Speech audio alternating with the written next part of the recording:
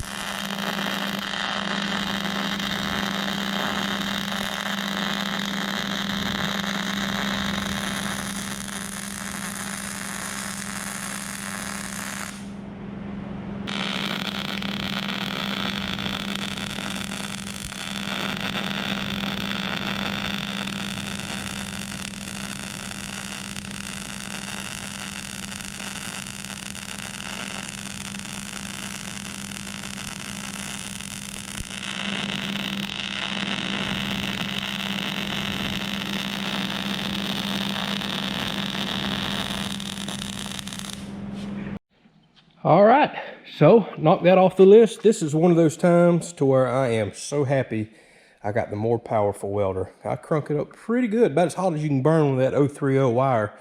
And my goodness, it makes me look like I know what I'm doing. That is beautiful, and I mean beautiful looking beads right there. And I can see that they have cut in to that metal quite well. I don't think I want to cut in no more than that. So I even doubled up some of the beads there a few times, because this is one of those situations to where I trust my welding, always have, never really had a problem with welds breaking or anything, but I don't want to be 16 foot in the air and one of these welds give out. Now, technically, this is what's holding everything, and it looks pretty heavy welded too, but I want these to do their job too. So I kind of went a little overboard, but I think that's okay. But I am very impressed with that Hobart. It has been working awesome.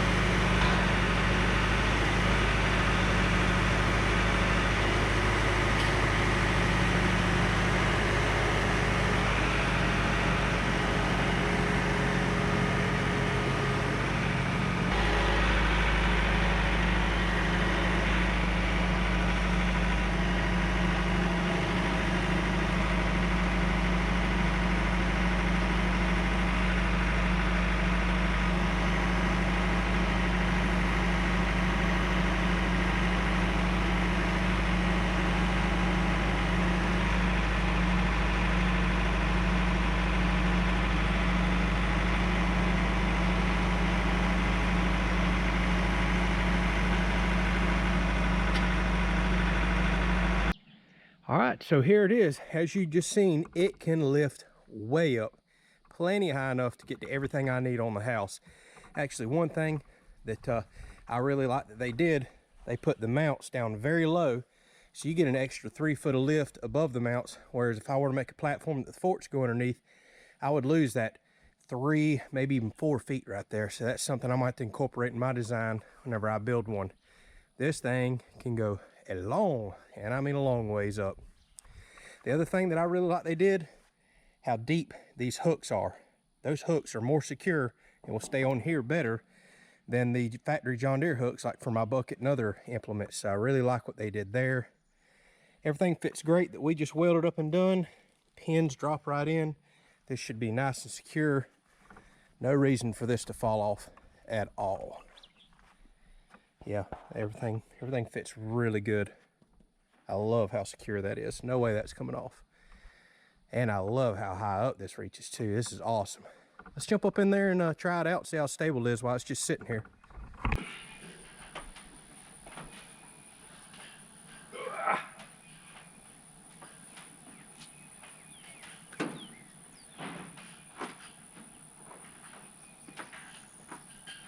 Oh yeah, this is gonna work out great. No doubt I have got to build me one of these. I've been wanting one for a year or two, been wanting to make one. Now that steel is at all-time highs, probably not the time to build one, but eventually I want to make one that I can go do pre-training around the property. Maybe Tiffany can drive me in the tractor. But you're probably wondering, how am I going to use this with just me? It's very simple. I'm going to lift it up to where I need to do the work. Looks like I can get 5 foot of work done. And then I'll just put a ladder up down there, climb up the ladder to this ladder. I already have all my tools staged up here and be ready to go. The cool thing too is my friend told me I am more than welcome to modify this. So I'm probably going to build some brackets and hangers off the front or back to hold sheets of plywood, to eventually hold hardy board siding. I may even do some toe kicks, tool holders. I'm probably going to go too crazy when it's not mine, but I'm definitely going to build some holders that'll hold sheets of plywood and hardy board, because I will have this at least that long until I get all that stuff made. And he told me I'm more than welcome to go ahead and modify it however I wish.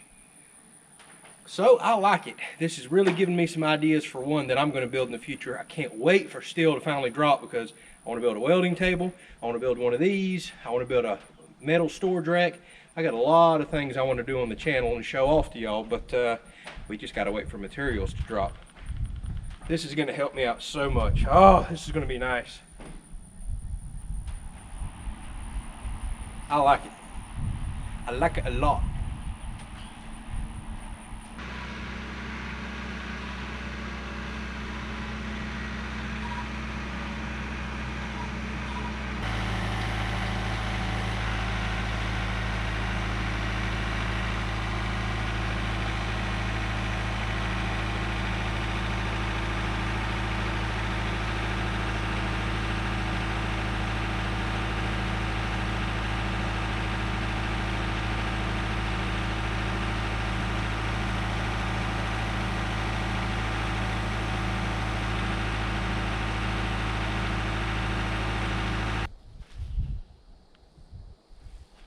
So no doubt this is going to get much higher than I need. I'm blown away. It's 17 foot to the peak of the roof right there. So when I start doing soffit, this will be so handy. I don't have the tractor nowhere near max height. I'm thinking I could easily work to 20 feet up with this thing on the tractor. That's awesome. But now that we're up much higher, have a higher center of gravity, let's see how well the tractor handles it with no load on the back. I do have water-filled tires. It's not like this is that heavy a load, but it's just real top heavy. I'm gonna try out my theory of using the ladder and see if I can get up there all right.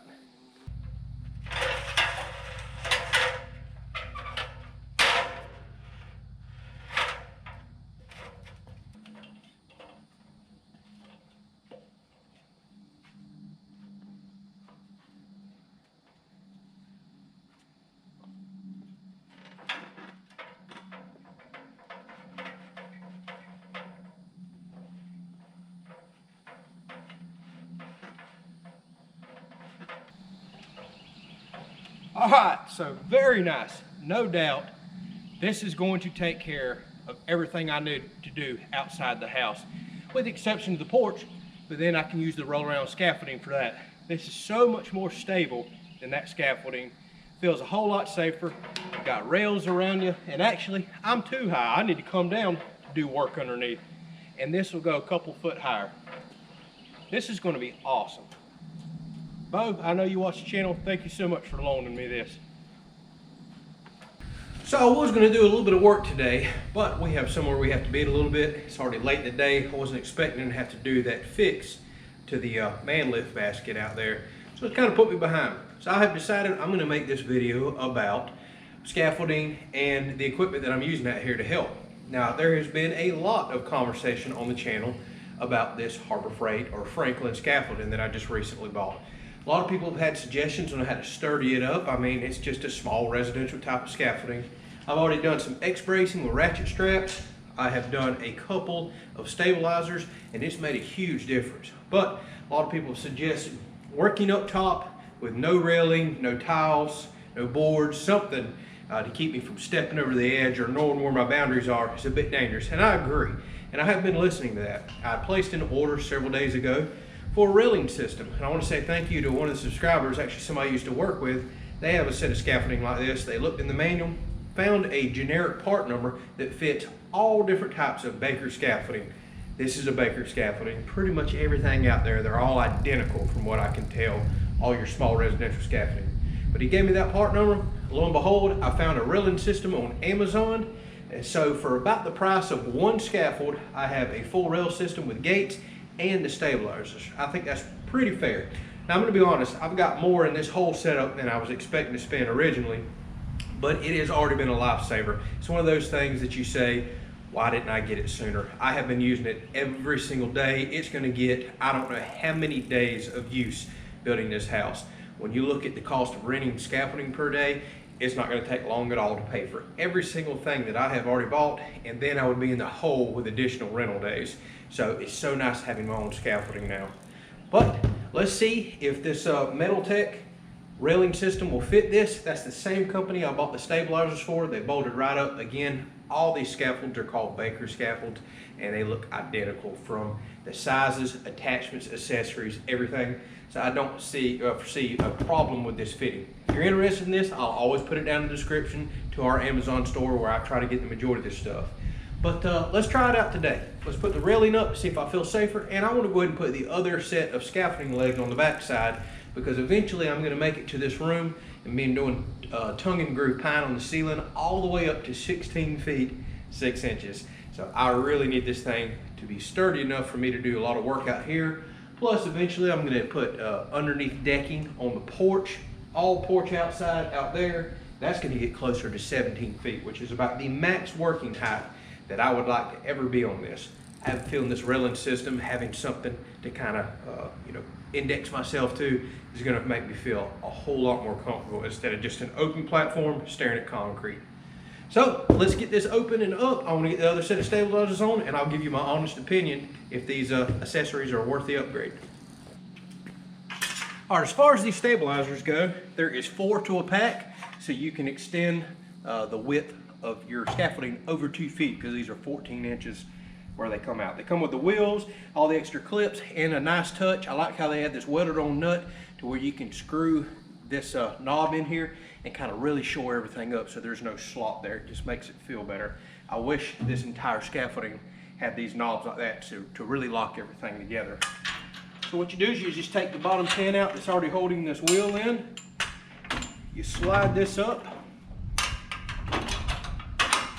goes right back in, and then you use another pin to go through the top. I mean, it's so simple the way all this goes together.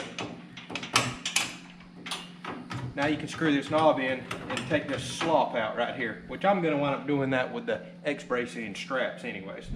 See, now that's locked in. You have another wheel that makes perfect contact with the ground and has a lock on it like the rest of them. So now you'll wind up with 8 total locking wheels. This has got to make this thing feel a whole lot better. As far as the ratchet strapping, can't hang it in that hole anymore. So what I have found, just loop it over right here. And tension it up. This makes a big difference.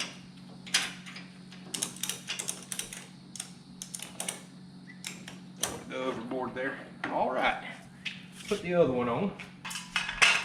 I had one viewer ask if you could put these on this direction, that way, because you don't always want all 4 stabilizers on if I want to get up next to a wall. That's why I've only had 2 on. I thought you could put them up this way, but it turns out you cannot, because this scaffolding only has holes drilled through that direction. This only has holes drilled through that direction, so they are designed to stabilize out this direction only, which is where the majority of your tipping point is going to be. Now that I'm too high, it is almost impossible to get the scaffold to tip back this direction because of the extra weight of the second set of scaffolding.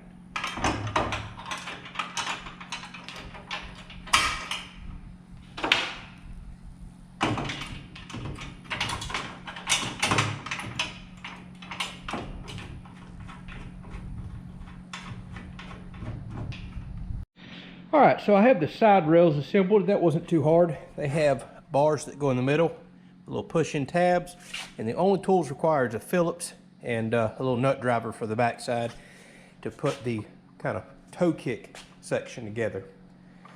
So I think it's no problem lifting this up as light as it is by itself. That's what I'm about to do. And it goes in these slots right here that are also on the top side of that scaffold. Now, because I'm not using the scaffold all the way up, this has gates that goes on the end. Technically, I don't need the gates because I still have that big section of scaffolding right there. So I'm gonna have to kind of put these up, see how loose they feel, and determine if I want to put one gate in on one side to kind of help hold them together, because I still need to climb over this end. That is one problem that I can see with this railing system. If you don't have your scaffold all the way to the top, the gate kind of is going to get in the way, since I need to climb over the end because I don't have a tall enough ladder. But let's get these side rails up and kind of see how everything looks.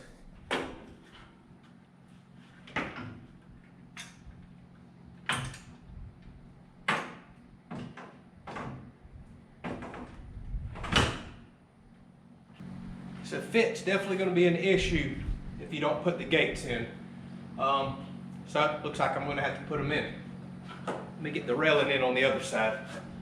All right, so here we are up here, and I must say, although everything's still a little wobbly, that's to be expected with a small, narrow residential scaffolding, it feels 10 times better having handrails. So now I can walk up and down here, and the wobble doesn't scare you as bad now because you're actually looking down. Your eyes can reference something, you can grab something. You're not just looking down with this thing shaking. It's hard to explain other than I can lean and touch something now. And here's the thing, I'm leaning all the way over the edge. Right here, I'm grabbing a hold of this. I'm leaning against the rail. I'm actually trying to pull this over. I know you're thinking I'm crazy, right? Those stabilizers really are working. So you can see how far out they're sticking down there. They even make huge, I'm talking 4-foot stabilizers for these things. The sky's the limit on how much you want to spend on one of these, but you can get stabilizers that connect way up here and go 4 foot out to really make this thing sturdy. Supposedly that's if you go 3 high in one of these. No way on earth I'm going 3 high, and one of these 2 high is already enough. So This is great, but there's one problem I can see with it. It's the doors. So it's got doors on both sides. I'm not going to be able to use doors on both sides, which is fine. I always pick one side I like to climb up anyways, because if the door swings in, you're going to have tools and stuff down here. It just takes up too much of your room having two swinging doors. Typically, I climb in on this side, but let's just claim it's this side. So the doors are quite simple, but because I don't have the scaffolding all the way up top, whenever the door swings open, get this little latch right here. You still have this here, no problem, right? But when I go to climb out, that's the problem. Typically I swing my leg over this side. Now there's a rail in the way. And as you can see, there is some slop to these rails, but there's one thing I'm gonna do. I'm gonna take some heavy duty zip ties, zip tie these rails right here in the corners. I think they're gonna be extremely stable. You can see how these are pegged in down there with those quick release pins. That's why there's slop right there. Looks like these are designed for multiple different types of accessories that can go down in those square holes right there. But everything fit just fine. Looks good. Doors both sides. Does feel a whole lot better. I just now have to come up with a new way to climb in and out. And like I said, I think once I zip tie all four of these corners, it's going to be extremely sturdy then, and take that slop out that you see right there. However, the slop really doesn't matter. As long as the door is latched properly, it's connecting both rails together, it's not really going anywhere. But this feels so much better, so much better. Let's try to figure out how to climb out of here now. Now the other aggravating thing about this I can see is when you want to break your scaffold down, you're going to have to take these nuts off the door, take the doors down one at a time, and then take the side rails down. That honestly takes 3 to 4 minutes. It's not that big of a deal, but this whole thing is just too big and bulky to lift off and lower down 12 to 14 feet. So there is some minor disassembly with 4 nuts. Take gates out first, then you can take both side rails. You do not have to break the side rails down. They're kind of permanently put together now. Even though they're made to come apart, there's no need.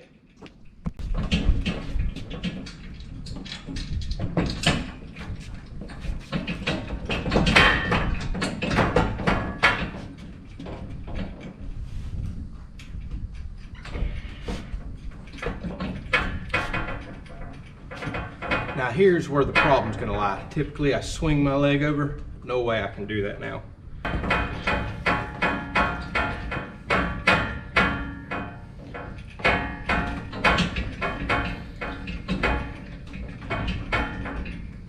All right, so let me show you what I did. I put 4 very heavy duty zip ties right here. These are 120-pound workload zip ties. Thinking about getting some even stronger ones off of Amazon, but that made a huge difference. I got them in all 4 corners. Now there is not nearly as much top rail movement. They do not go outside the bars. Yes, everything's still a little wobbly, but that's to be expected. I feel so much better having these stabilizers now and these rails. This will help my crawling out problem until I raise the deck even more. Keep in mind, once the deck is raised up in this area, it's just a small step over this bar right here. But while I have the deck low, that's more of these bars in my way that I have to kick my leg up and over. If I were to come up about another 6 inches, it would actually be about perfect. And I may adjust this up a little later. Problem is the wall that I'm heading to work to next, I don't really need to go up another 6 inches because I can reach everything. Now once I start doing tongue groove pine in the ceiling and some other high work, especially out on the porch, yeah, I need to go up almost another foot so I can reach up in there.